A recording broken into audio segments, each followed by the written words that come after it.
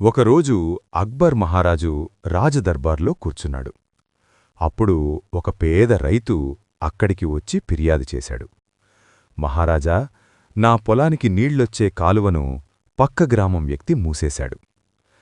అక్బర్ వెంటనే బీర్బల్ను పిలిచాడు. ఈ సమస్యను నువ్వే పరిష్కరించు అన్నాడు. బీర్బల్ ఆ వ్యక్తిని కూడా పిలిపించాడు.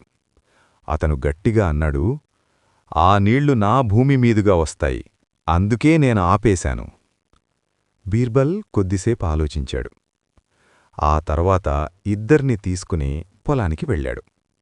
అక్కడ బీర్బల్ అన్నాడు, ఈ నీరు ప్రకృతిది, ఎవరి సొంతం కాదు.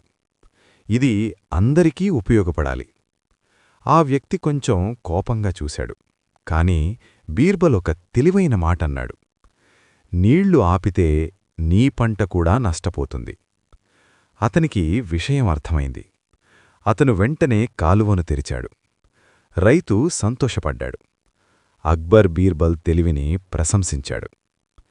ప్రకృతి అందరికీ సమానమే. ఇతరులకు సహాయం చేస్తే మనకూ మేలు జరుగుతుంది. ఈ స్టోరీ మీకు నచ్చితే లైక్ చేయండి, షేర్ చేయండి, కమెంట్ పెట్టండి. ఇంకా ఇలాంటి ఇంట్రెస్టింగ్ స్టోరీస్ కోసం మా ఛానల్ను సబ్స్క్రైబ్ చేయండి. ఎపిసోడ్ 10 వరకు వెయిట్ చేయండి.